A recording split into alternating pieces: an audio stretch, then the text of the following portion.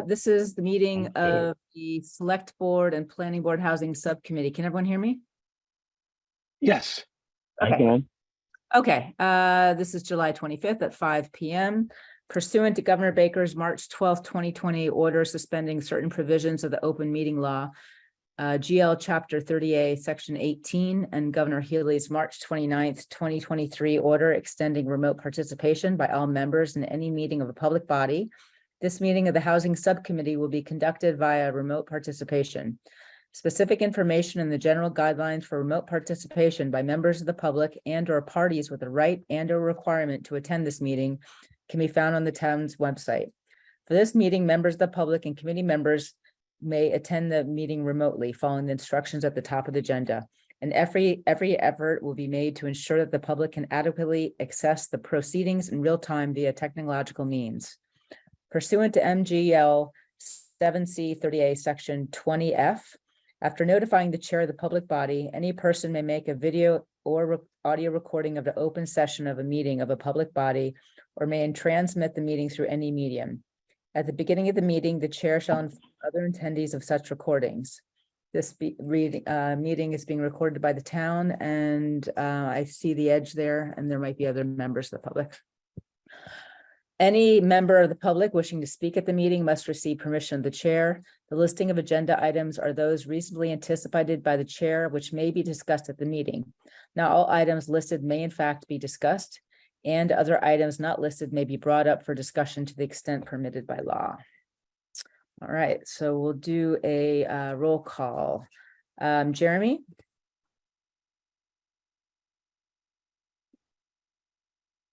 He's raising his hand. Here. Yeah. All righty. Malcolm? Here. Garfield? Yeah. Great, and I'm here myself. All right, so we have some set of minutes. We have three sets of minutes to go over. We have a September 20th, 2022 revision, and this is revised in a response to an open meeting law determination. So I sent around the draft of the minutes, and it is on the website, I believe. So I wanted to see if everyone had a chance to take a look at them. And if there is a motion to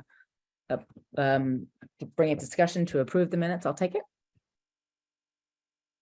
So I'll make a motion to approve the minutes of September 20th, 2022, November 4th, 2022, and June 27th, 2023. Well, we'll actually, let's do one. Do one at a time? Yeah, we'll do one at a time. We'll just start with the first revised minutes, if you don't mind. So the September 2022, do I have a second? Second. Okay. All right. So we all have that. Sorry? Oh, nothing. I'm just talking to myself. Oh, okay. Sorry. Oh. Okay. Roll call. Jeremy. This I'm not going to vote on this one, Okay. just because I wasn't on the committee yet, right? On September, let's see. I think I joined in. When was it? Was it November? Yeah, let me just check on this. I don't think Yes. Yeah, I think Yeah, that Jonathan was a member at that point. Yeah. Oh, Thank you. Thank you. that's Okay, right. so I'm gonna- Jeremy's abstaining. So Yeah. Malcolm, Yes. Garfield, Yes. and I am yes. So we have 3 yeses and 1 abstention by Jeremy. Do I have a motion to approve the November 4th, 2022 minutes, which have been revised in response to an OML determination? Do I have a? Okay, Garfield made the motion. Do I have a second? Second. Okay, approving, Malcolm, Aye. Jeremy, Aye. Garfield, Aye. and I am aye. All right, that's 4 for approval of November 4th revised minutes. And finally, motion to approve the minutes of June 27th, 2023. So moved. That's a motion to, so moved. I'll Second. second that, so moved. Okay, so we have a. Garfield, you motion- moved and I seconded, right? Sounds good, okay. Sure. Roll call, Malcolm, Aye. Garfield, Aye. Jeremy, Aye. and I am I. Great, so that is approval of the June 27th, 2023 minutes. We have all three done. Okay, subcommittees, announcements and statements. Malcolm, I have nothing to. okay. Good. Jeremy, I don't have anything either. all right, Garfield, I just had curious if we are going, I remember we spoke briefly that we weren't sure if, well, I thought Malcolm thought maybe we might have finished with our business, if you will, and you thought maybe we still need to continue. So what is our purview here? Are we still, is that up for discussion, or we Yeah. discussed it? I'm not quite sure. so That's thank my- you.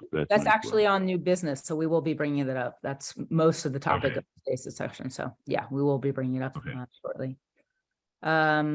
Okay, and I have nothing except what we're going to be talking about. So, so new business. Briefly, the real estate transfer fee presentation. So at the last select board meeting, Ross, who was our assessor, showed a spreadsheet listing the FY 2022, I believe, single family home median sales, to give a sense to the select board of what might come to the Affordable Housing Trust Fund if such a transfer fee took place in the town. And it was the beginning of an introduction to discussions. So the select board did not take any votes. It was just Ross presenting some information and me just reminding people of how that came to be. And the thought right now is that it will go back to the select board to move it along at the August 7th meeting, which I believe is in the 2 weeks, less than 2 weeks. So at the August 7th meeting, the thought was that the select board would discuss the details. So some of the details would be, what percentage, first of all, if they wanted to bring it forward for public input. And number two, if it was, what would it look like? So I think the discussion would probably be around what percentage and,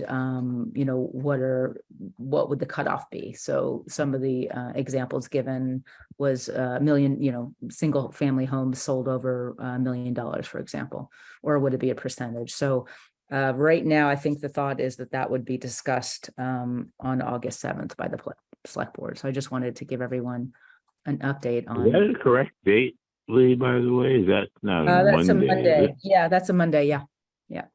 And that's, Okay. yeah. So that's the thought right now. I think things could change. The agenda is not written in stone, but that's a thought. And the thought was, to try to have some discussion. So if it did go forward, that the public would have plenty of time to really give their input, because it's obviously very, very important to the town and to the residents. And if it did go forward, then it would go into a special town meeting or town meeting warrant in the future. So anyone? If I may, I'm sorry. I have to dispute that date because I'm leaving to Arizona on the 8th. I don't think that's a Tuesday. I thought it was a Thursday I'm leaving. I don't have a calendar right in front of me. I'm looking at the calendar. Am I being silly? I see August 7th as a Monday. No, I think you're leaving on Okay. Tuesday. Yeah, I think you're Garfield. leaving on Tuesday. I'm leaving on the 8th. You better check those tickets. Oh, I don't have a calendar in front of me. I just didn't remember that. Okay. Yeah, it looks like you're No leaving. biggie. So good. So you'll be there. Okay. So does anyone have any thoughts about that, or should we move on to the other topic of new business? No. Okay. So yeah. Well, we ourselves being our subcommittee are we going to throw the numbers around, or what people had thought, or is that for the select board meeting? Because we did meet some opposition, and I had some thoughts on numbers myself, but I'm not sure if this is the right forum or the right spot or not. But I Yeah. had some thoughts. Yeah, I think at this point, this, subcommittee meeting, the four of us, we had prepared an executive summary that was presented at the joint meeting of the select board and planning board. So we presented that and they gave the blessings to move it forward to the select board. So I think the next discussion will take place at the select board level. Okay. So that's what Okay. we're I'm good with and that. then ultimately we'll go to the residents, but I think the next step would be select board. So. I'm good with that. You guys have to move it forward if it moves forward. Yeah, exactly. Okay. So so the next topic, and this is the only other topic on the agenda, is the discussion regarding the upcoming special joint meeting of the select board and planning board. Now that was supposed to have taken place on Monday of this week, and the agenda hadn't been posted in time. So now we're looking for an alternative date, and it looks like we're trying to find a date, maybe August 1st or 2nd. So I think Chris and Mark are trying to take a kind of a tally of select board and planning board members. So as of right now, we still don't have a date, but if it does move forward with this discussion, it might be August 1st or 2nd. So the reason why I wanted to bring it up, because when I did see a draft of the agenda, I saw that it was listed as the very first agenda item was it said update from housing subcommittee. And it kind of caught me off guard because I didn't realize that we were giving an update at that meeting and I really wasn't sure. And then the next agenda item was discuss implementation and action on select board priorities that correlate with the planning board. So I had to go back to the planning board minutes and kind of see where this came from. And then I saw on May 25th that Malcolm, you had suggested to discuss whether or not the housing subcommittee should continue to function. So I just wanted you to start off with your thoughts and lead us where you think. That was kind of a straw dog throwing out there. I don't necessarily advocate the disbanding of the committee, but I do think that we should clarify what the charter is, because I'm not exactly sure what our deliverable is, if you will. Okay. So I'd like that clarified. Okay. Great. I'm not gonna stand in front of the our joint meeting and argue that the committee should be abandoned. Well, that's good to hear. No, but I would like clarification on exactly Yeah. what the committee is looking to get out of us. Yeah. Or what the two boards are. Yeah, I think that's a very good point. Jeremy or Garfield, do you have any thoughts about this?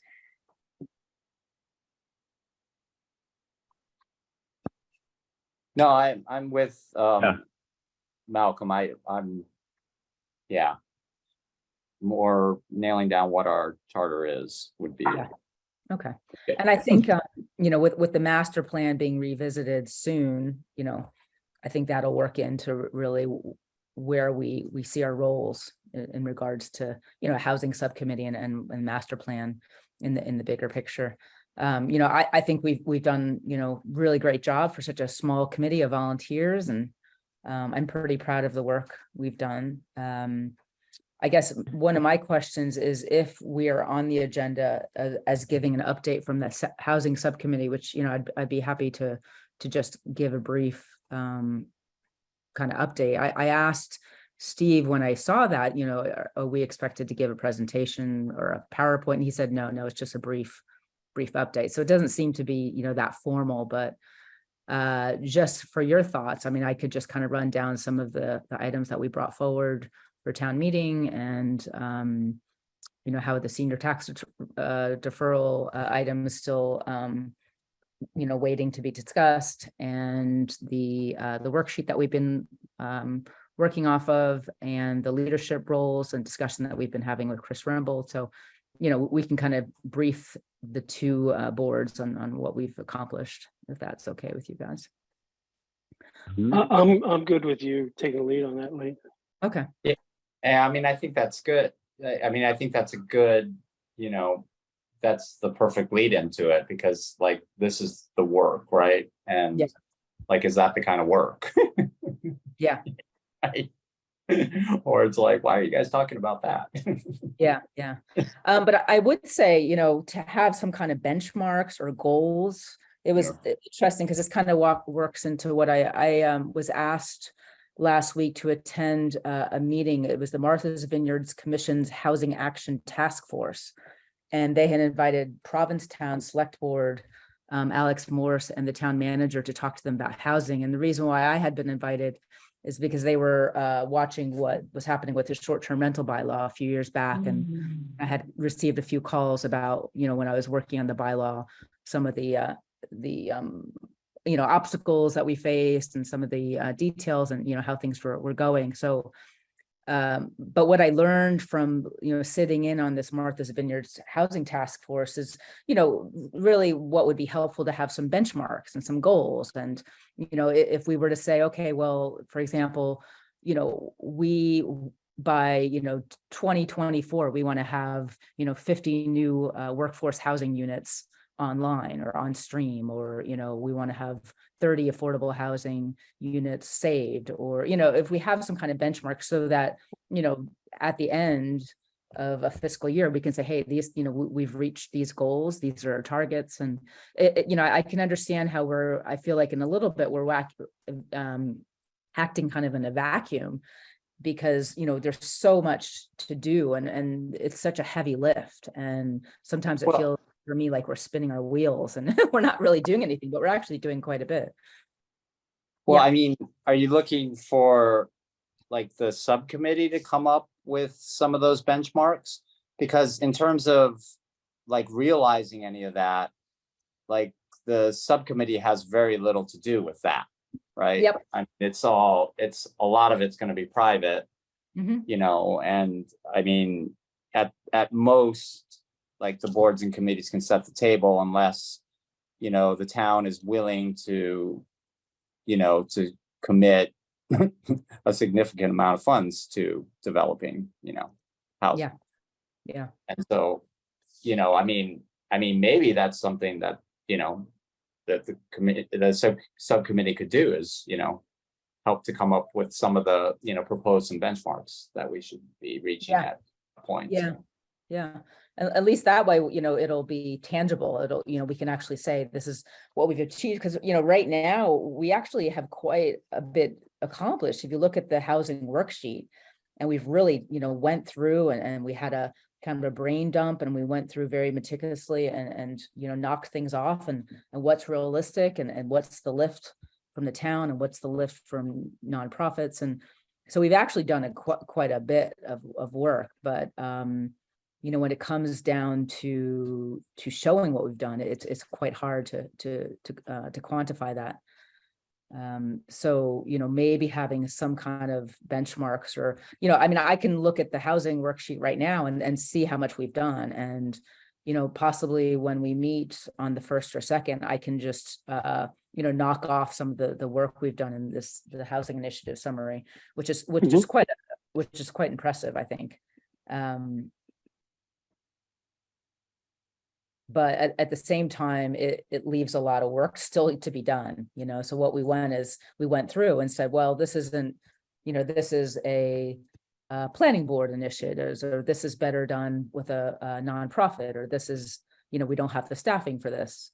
So we actually have gone through quite a lot of ideas. I mean, the nice thing with the housing subcommittee is that we all bring, new ideas, and, I could pull things from the Martha's Vineyard Housing Commission presentation and bring it to you, and Jeremy might bring something, and we're all hearing things and I obviously I have a lot of things from Construct that I can pass on to the town, and so I think it's a wonderful opportunity for for people that are like-minded and really dedicated to housing to get together and talk about it. But yeah, benchmarks could be handy, I think. So, I mean, I'm just throwing that out. I'm not saying like, yeah, right. going back to the Martha's Vineyard Yeah. Housing Task Force, Yeah. who was on it? Who did they have on it? I'm looking at it. They had, well, it was a full house. So it was Leslie Stanberg, who's the Provincetown Select Board, a member of the Select Board, and then Alex Morse, who's the Provincetown Town Manager. And then I was invited, I can give you these names. Yeah. But let me just go through the end. I'm just looking at it right now. I was just wondering whether this argues maybe for broadening our Mhm. committee. I mean, Maybe we it's should seek interesting. other people to Yeah. attend. Yeah, I mean, some of the things, just real briefly, I'm just looking at it, you know, they have a strategies outline, and some of the things they talked about was housing trusts, current projects in the pipeline, funding sources, local incentives and property tax exemptions, zoning, public property inventory, reuse, sewer expansion related to housing efforts, short-term rentals, year-round deed restriction program, seasonal worker housing efforts, and regional collaboration. So, it's kind of aligned with our thinking, Good. except it's obviously focused on the Cape, but Provincetown is the leader on the Cape in terms of reaching their subsidized housing inventory. So they're at 10%. They're way ahead the rest of the Cape.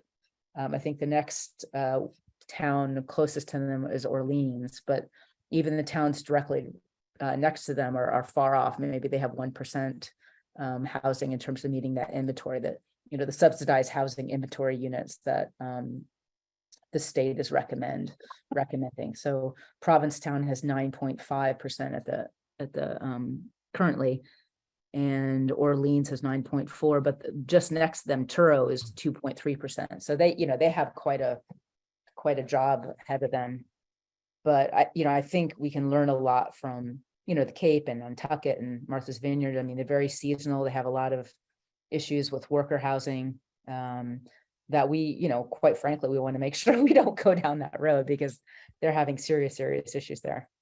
Well, I think they have more seasonal workers than we do, though, or Yeah. a greater percentage of seasonal Yeah, workers. exactly.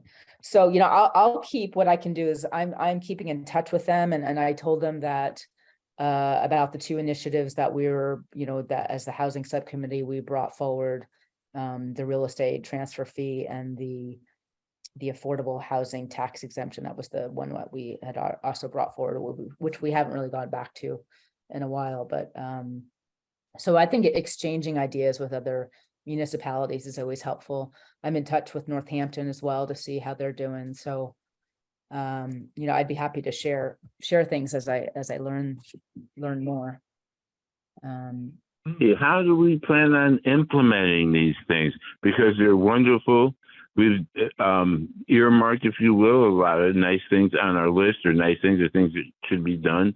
But I feel like we've identified a lot, but don't we need to present this to or when are we to the town meeting, the select board, I guess, and figuring out this is what we're going to use, this isn't what we're going to use, this is realistic, this isn't, and actually put something into play, because we have all these things that we have done, but nothing's really being put into play unless I'm incorrect about that.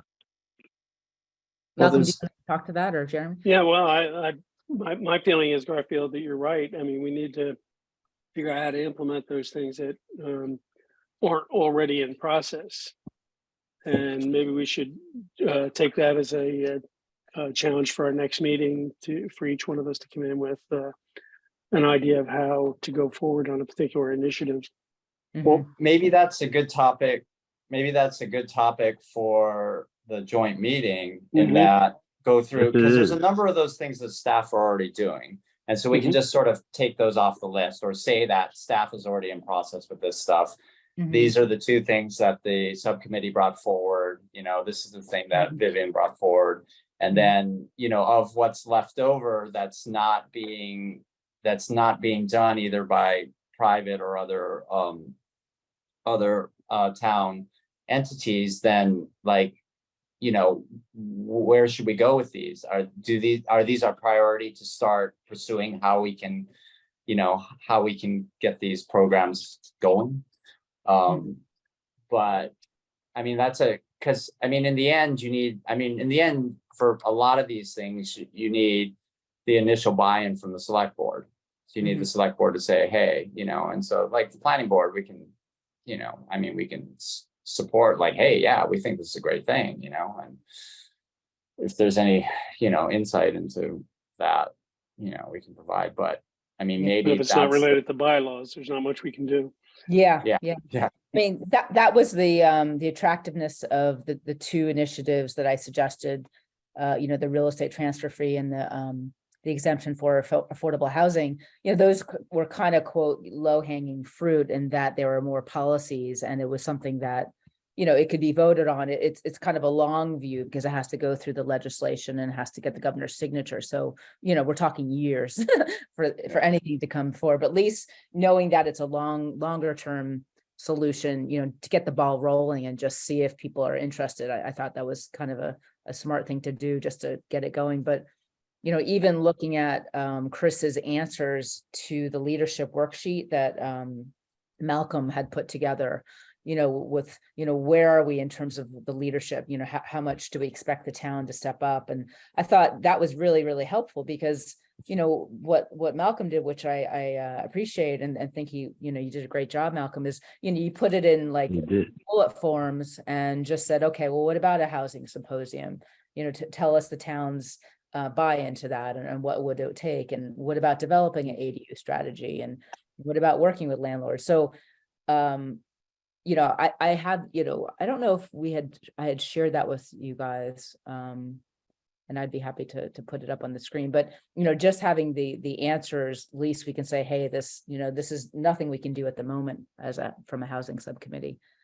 I didn't see anything, Malcolm, from his answers that felt like we should get on it, that, in terms of the subcommittee. Some of the things like develop an ADU strategy that's kind of, being worked on right now with the Affordable Housing Trust and Right.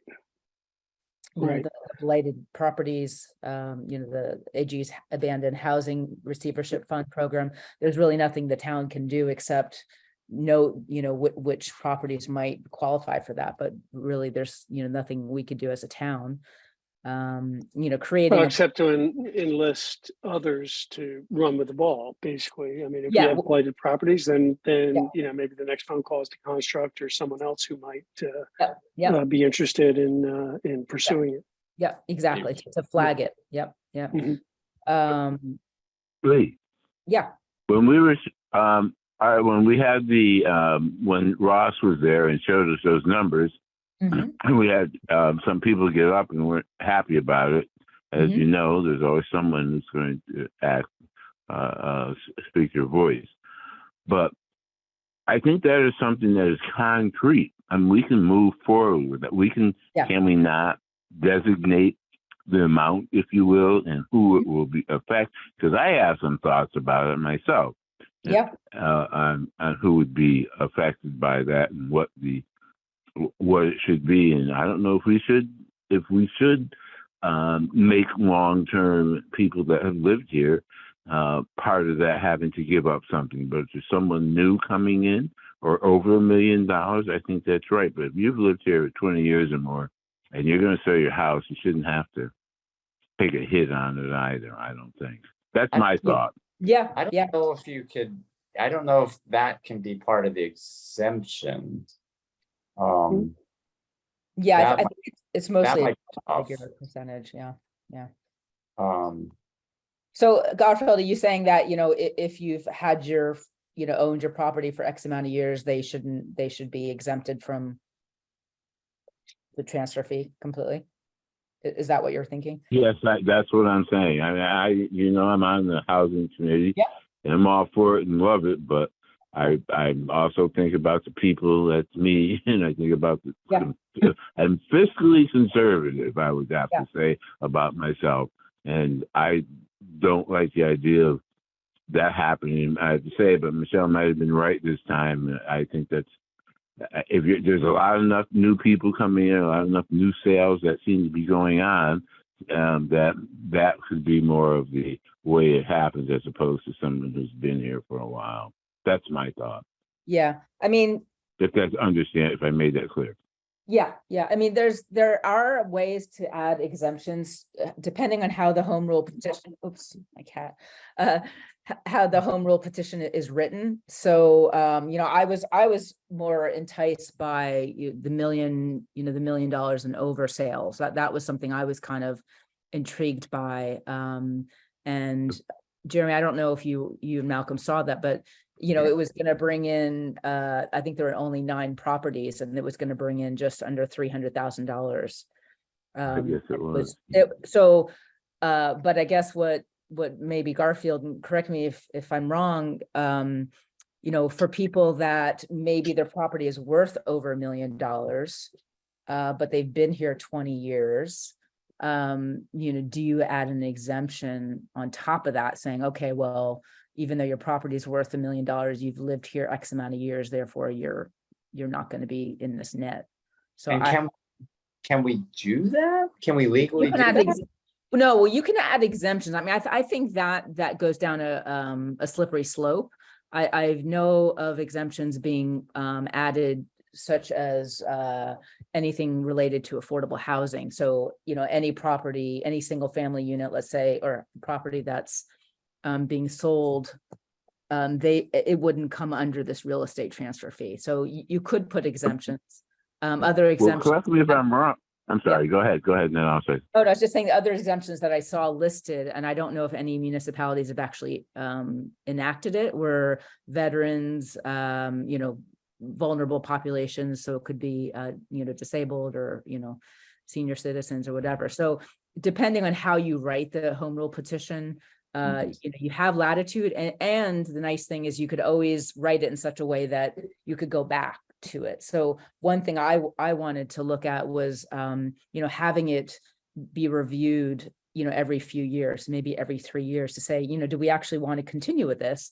And also to have it follow the rate of inflation. So, $1 million in 3 years might look a lot different from $1 million now. So, that's something I would look into if we went ahead with a real estate transfer fee, to put that into the home rule petition, that it actually follows inflation, and that we review it every few years to make sure that it's still something the town, the residents want. So, but yes, you could. I didn't understand Jeremy's concern about the exemptions, and even yours, if we haven't even come up with a number yet at all. So why, I'm not saying we shouldn't think about it, but I don't know where they would be a problem if this hasn't been defined yet. This has not been No, passed by anyone.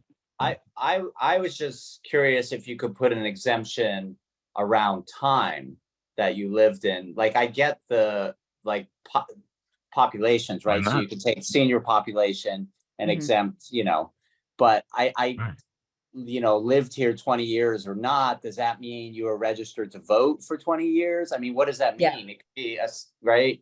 Is that your primary residence, or is that what we're talking about? Or, or you owned it for 20 primary years? residence. Yes, that's what I would be talking about. And I'm curious if we can do that legally. I mean, setting the amount and all those things, I think that's great if that's what the voters want to do. But I just question, can we do that? I haven't heard of that. So that's what I was just questioning. Yeah. I haven't. So if we haven't written it yet, we can write what we want, or write what we believe it to be. If we haven't, it's not even been written. So Garfield, just not that we're kind of debating right now, but let's say it was $1 million and over. You're saying that on top of a requirement of, someone that has $1 million over property, but has lived here X amount of years, they wouldn't have to pay the transfer fee. Is that what you're saying? If it was that high amount? That's what I'm saying. Yes, I guess I am saying that. I hadn't thought of it as $1 million because I didn't think that was the case. I don't know the people values of their hot properties. I don't know if I'll take her because she came to the meeting, if Michelle's property is that high. But I was thinking of these lower numbers if they're people that lived here for a while. I'm not imagining, I guess maybe I'm thinking myself, I know my place isn't worth $1 million, so I wouldn't see that as an issue. But yeah, if that's the case, yeah, I was going to advocate for $1 million and over, or that's what I was kind of looking at. Whether whether that flies, I don't know, but that's something that it gets. I think it would keep a lot of the people that have lived here for a long time out of that net, but you know, $1 million, 1% on $1 million is $10,000, or sorry, 1% on, $1 million house is $10,000. So if you look at it that way, it's not quite, you know, it's not a lot of money for someone selling their house. And if you get 2%, you know, the buyer pays 1% and the seller pays 1%, you know, that's a decent amount going into, you know, for workforce and affordable housing. So it keeps the economic engine going, so to speak. Oh, I love that idea, but I just have a little bit of an issue with the people that have been here the longest and having to, 10 grand is 10 grand to me. On $1 million house? So you think that if you're talking about profit, if you're selling your home and you're selling your property because you probably want the money or need the money or in retiring or want to move out, 10 grand would be a couple of bucks, I think, that because it's not going to be all profit. You're not going to get $1 million in profit if you sell your home. You know what I mean? You're going to have to, somebody's going to get their hands in there and they're going to get something out of the cookie jar. So you're not going to be speaking $1 million for yourself and only giving away 10% of that. Or so if I'm making sense, in other words, I don't, you know what I'm saying, right? Yeah, I don't know So if I with a time limit, it might get a slippery slope and it might be something that's flagged, you know, going into legislation, but I guess it's worth discussing, obviously, so. Yeah, I would just question, Garfield, if somebody has had a house for 20 years and they're selling it for $1 million, it's probably mostly profit. Hopefully. I'll say it again, I'm sorry. If Say somebody again. has that house for 20 years or more, and they're selling it for $1 million, it's probably mostly profit Okay. from 20 years. Okay. And you know, that's what we're juxtaposing here is $1 million threshold versus 20-year ownership. I don't have a problem with the 20-year ownership, but I just wonder again whether if this has to be passed as legislation, whether that's the kind of restriction that can be put. And I think it's worth discussing and exploring. So Yeah. but I think that's something you guys as a select board are going to have to look at and debate and get public input on and get public agreement on before it really goes too far. Yeah. I agree. Definitely. Okay, so so going back to the discussion that we'll have, so you guys are fine with me giving a little brief update to the joint meeting on whether it's August 1st or 2nd. Okay. And then, you know, maybe we'll have a discussion on, you know, what's the expectations, you know, do we have benchmarks, do we have goals, and how does it work with the master plan? So we should definitely have a say with that. I'm not sure where we are with that discussion. Just coming back to the planning board, is there anything moving on the planning board level that we should kind of be aware of? Not at the moment. We're really not in a cycle now for the next plan town meeting. So Okay. that will be bringing things up shortly though. Okay. Is there anything on the radar that you're kind of? You know, I don't know offhand. Okay. I won't put you on. Yeah. I did sit in on the Affordable Housing Trust. Actually, Garfield, you were there, obviously, the last meeting that you guys had when they were discussing. I was not there. Oh, you I was weren't? in Maine. I was not there. Oh, okay. So I sat in on that, and there was discussion about ADUs, and Amy Turnbull had some thoughts. So you know, there's a lot of questions. Ananda Timpain had made a really good presentation. But there seems to be a lot of discussion left. You know, I think probably maybe if we can get hold of that presentation and maybe bring it to our meeting next time. I'm not prepared to. Do we need to do anything with that or until they finish their work on it? That's what I'm wondering. Yeah.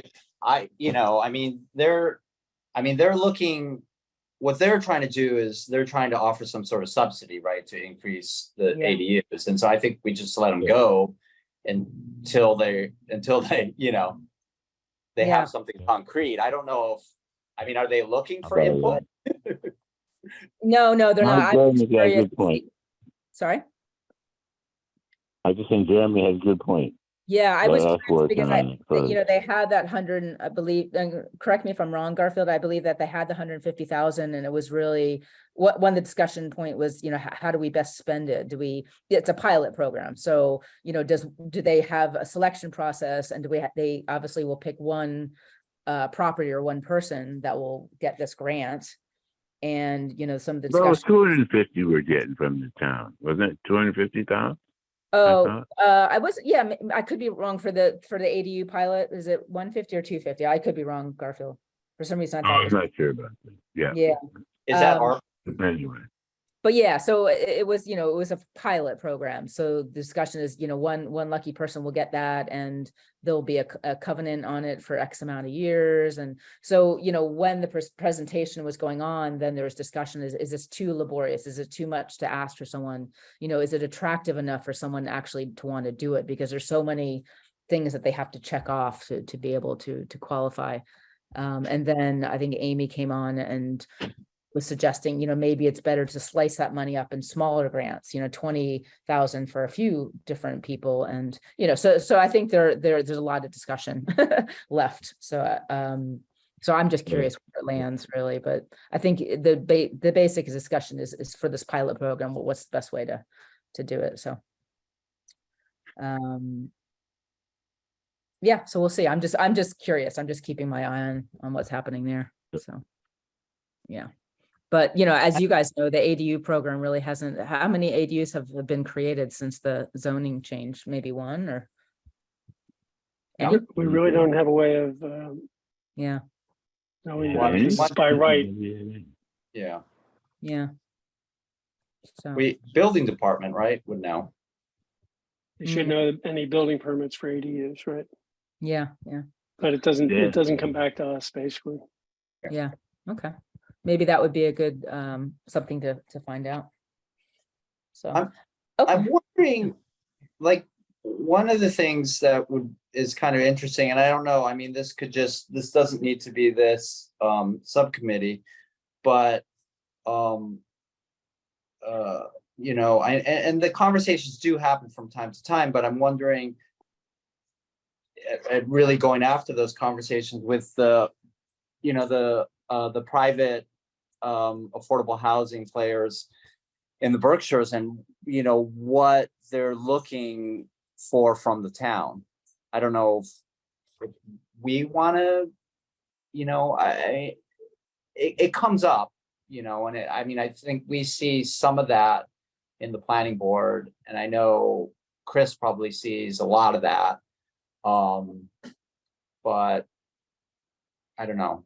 Is it something? Because I know, like, is, like, for instance, construct. So, are there things that they would like to be doing, but, are just a non-starter in Great Barrington because of zoning or because of something else, and, I'm sure, like CDC and, and everyone else has, and Habitat or whoever, and just, and maybe even private developers.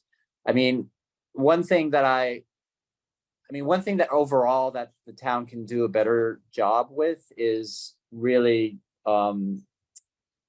like reaching out to make affordable housing, more palatable to the voters. I mean, I think we've definitely done, the town has definitely done, work on that, but it's still, like the whole idea of, like, do we want private developers to get into creating affordable housing? Now, if you really want to create affordable and workforce housing, you're going to have to eventually get private developers into it. And so, but that was like a big no from the last town meeting, or at least a pretty, split. Like, people were like yes, and people were like no, and overall it was no. And so, I don't know, is this subcommittee the place to start some of those conversations, or, is it something, is it somewhere else? Yeah. Well, Because some of it was address the affordable housing work through with the ADUs.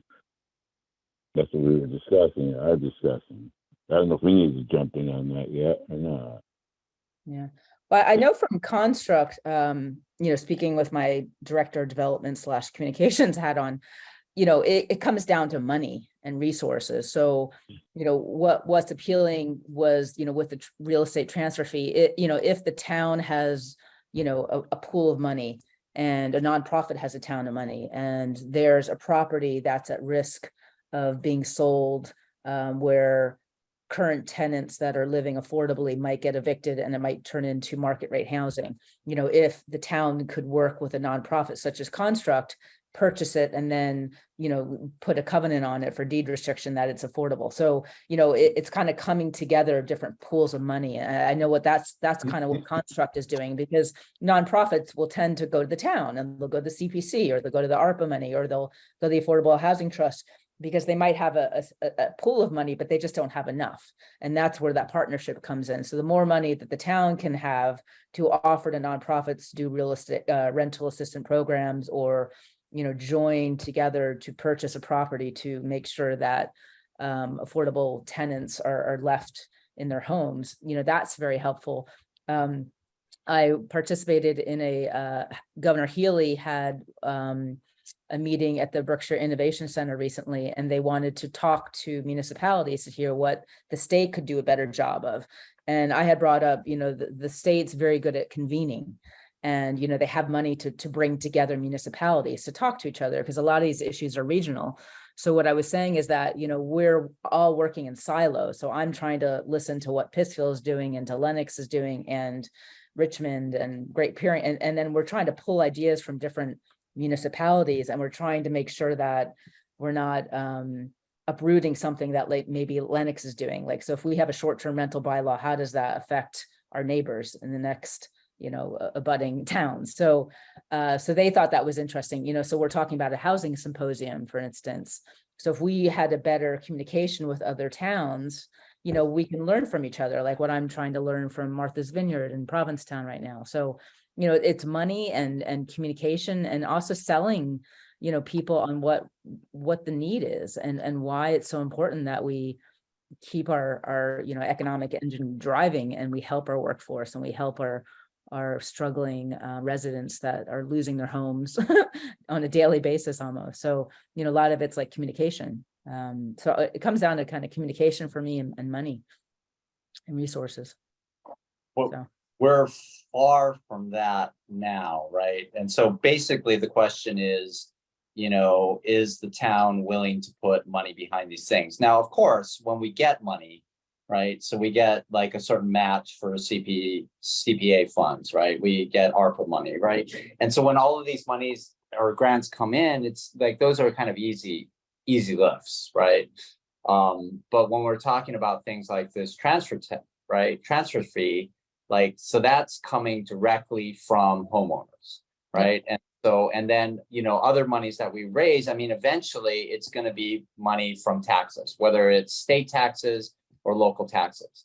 And, and so I think you're right, like the communication piece, if we can communicate with the public and get the public behind, the idea of why we need affordable / workforce housing, and, on how that contributes to the vitality of the town and the continued vitality of the town, like that would be a great thing. But then eventually that the town understands it, that it's going to be wallet, Yeah. And so you have say to that last on word. that level. It's going to be a wallet. Is that what you said? Yeah, it's going to come out of your wallet eventually. And so, you have to be behind it so much that you're willing to take a whatever hit in order for, other people to be able to afford to live in this town. Mm-hmm. And we're not there yet. Like, it's basically, we're willing to give easy money to, to other people who live in this town. But the difficult money, meaning when it's seemingly directly our money. People already look at CPA money that way because it's a surcharge on your tax bill. And so it was like, and so the people that weren't in support of that were like, and so it seemed to be, and it seemingly it's still a, majority of townsfolk, maybe not, but, it doesn't seem like the list of people who want to end that sort of thing is huge. Yeah. Well, Yeah. Well, I think that's, agree. That's yeah. Sorry, Garfield. No, I was just saying that the big deal is going to be is selling the public. Yep. Exactly. Because there's all money. I don't know. I could be wrong, and maybe I'm thinking too much of myself. And Charlie Williamson, but boy, I just people just aren't crazy about paying out money when they're already paying a fair amount of money in this town, and our taxes are pretty high. I'm a single guy, and it's not the easiest thing in the world. Yeah. But I think that, like, can you make the argument that, doing these sorts of things is what helps to keep the property values high, right? Helps to continue the growth of the town and the continued, like energy, vitality, and money coming into the town, which, then increases your, for homeowners at least, increases the value of your home, which is most people's biggest asset. And so if you can make the connection for them by doing these things, it actually eventually, helps to ensure your continued wealth, right? The continued value of your asset. Yeah. That's what we need to do. If I interrupt without the people having to pay a lot of money, I'm thinking about if I just shoot this out here and then you say whatever you want. This reminds me almost of I'll use the Democratic Party. You're all fired up. You go to a meeting. Everybody, yeah, we love it. That's because everyone's on the same damn page and everybody wants it. But we have to sell the public, and they're not on the same page as us church choir going people are. Because we love all the ideas. Yeah, yeah. But and maybe that's our greatest strength is to be that the communication of the town and to speak to people from where they are. So, if you're in fear of losing your hard investment that you've put into your house because now there's a $10,000 tax being taken, or are you in fear of crime, but then when you explain to someone, well, policemen are having a really hard time finding housing right now, and we can't fully staff our police force because they can't find housing, or we can't fully staff our fire department because they can't find housing, or the school population is in decline because there's not enough teachers. So meet people where they are and talk their fears, because you can't fault people for wanting to protect their family and protect their assets. So I mean, that's kind of a natural inclination that why you're going to tax me. Well, at the same time, why is my favorite restaurant closed 5 days a week? So but and coming from working for Construct, that's our biggest challenge right now, is communicating and having that elevator pitch so people realize the importance of having housing.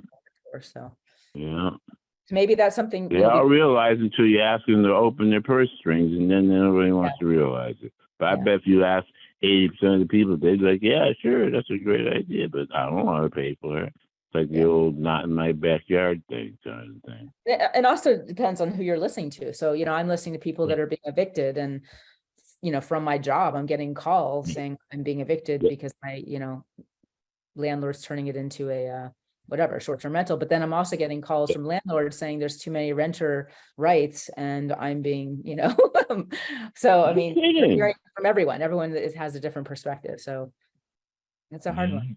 It's a hard one. Yeah. But anyway, so I'm looking at mindful. You shouldn't give it up, though.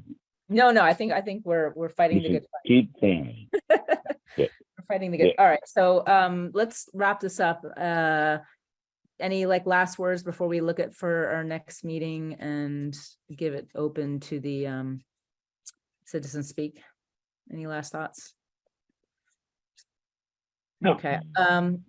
Okay, I'm going to open up to citizen speak and then we'll look for our next meeting. So is there anyone here that's listening that would like to speak? Please raise your hand. I see someone's hand up. I'm not sure if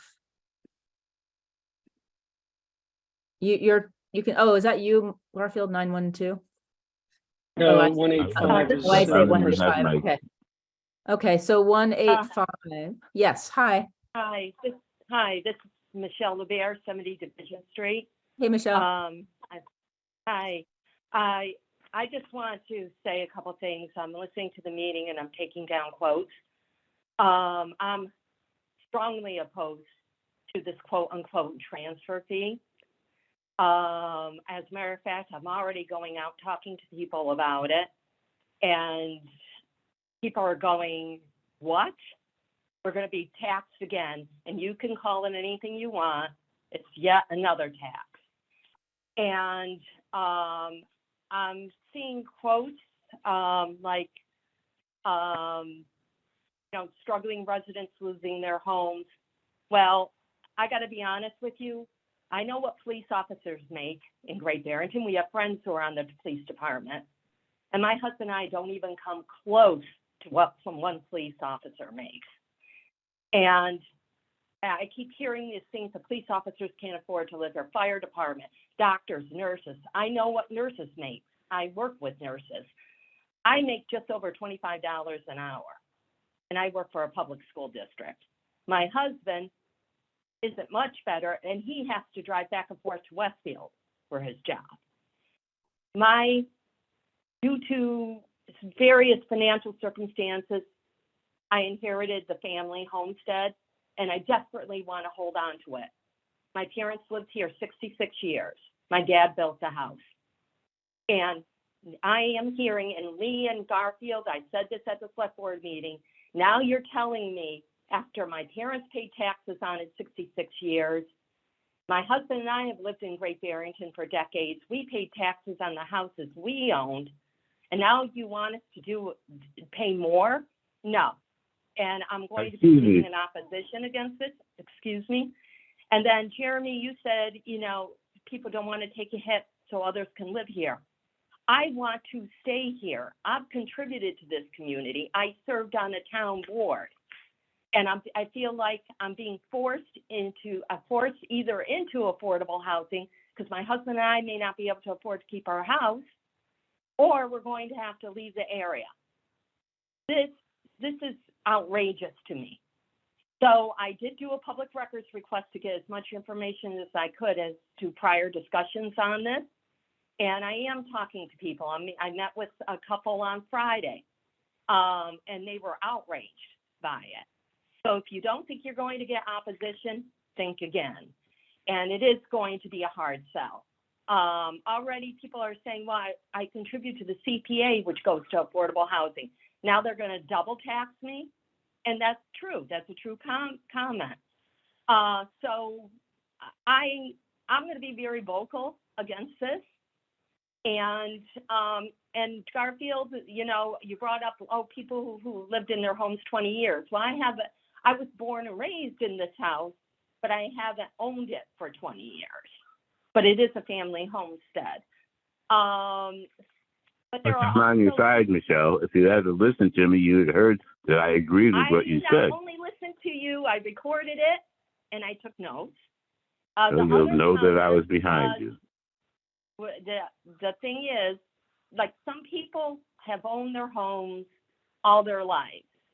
And just because the property value is going up, they're not necessarily wealthy people, but their properties may be worth $1 million. And so you're going to be hurting those people. And I think there's a bit of arrogance when I hear a board or committee make an assumption how much money people need, or that $10,000 really isn't that much when you're selling $1 million house. You don't know what debt people have. I know for a fact uninsured medical expenses can wipe out people. I know this. I'm a cancer survivor, and my daughter had been very sick. College educations for your children can wipe people out. And then unemployment can wipe people out. So this thing, it's $10,000. No, I'm not buying it. So I am going to be launching an opposition against this. I will be listening to the meetings, to the discussion. But already coming out of the gate, it doesn't look great. And us, you got to remember, taxpayers are going to be looking at paying for a new school as well as other things. So you look at it, you look at the whole package. There's a segment of your population that is drowning in taxes to the town of Great Barrington and other costs, not to mention there's one segment of the population that doesn't even have clean drinking water. So I Okay, just thank you. wanted to say this, and I appreciate it. All right, thanks, Michelle. Anyone else for citizen speak? All right, I'll open up to anyone from the media. Okay, not seeing anyone. Next meeting, everyone. Am I allowed, are we allowed to respond? If not, I won't, but I would like to take some issue with what was said. That's all. We generally don't respond, but you're welcome to reach out to Michelle. But generally, it's just for residents to express. Yeah. Okay. Listen again. Yeah. So July 25th is the date now. Generally, we've been doing every month. So again, we might be having a select board joint meeting, planning board meeting on the 1st or 2nd of August. So Garfield, you're away. Oh, actually, end of August is bad. Garfield, when do you get back? Or are you Malcolm and 22nd. I'm here. 22nd. you guys are okay, 22nd.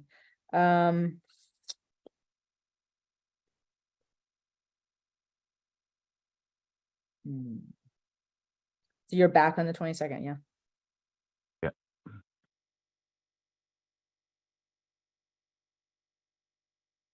Sorry.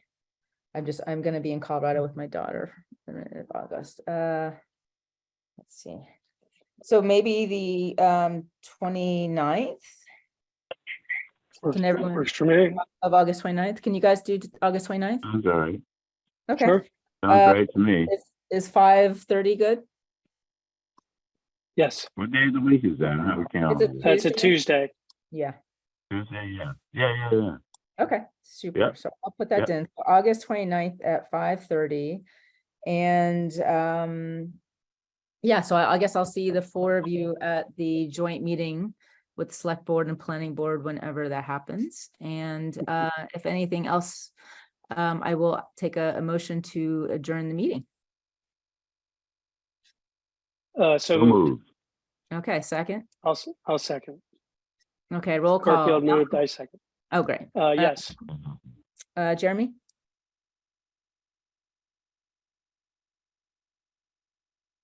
Jeremy, say aye. I know he really wants. Thank you. You're holding us in anticipation. Garfield? Aye. And I. Okay, great. Thank you all for a great meeting. Thanks again for Thank you. Malcolm for Thank you. taking it. So, we all appreciate it. So, all right, bye. Thanks. Congratulations to your daughter too there, Miss Lee. Thank you. Thanks. Yes, congratulations.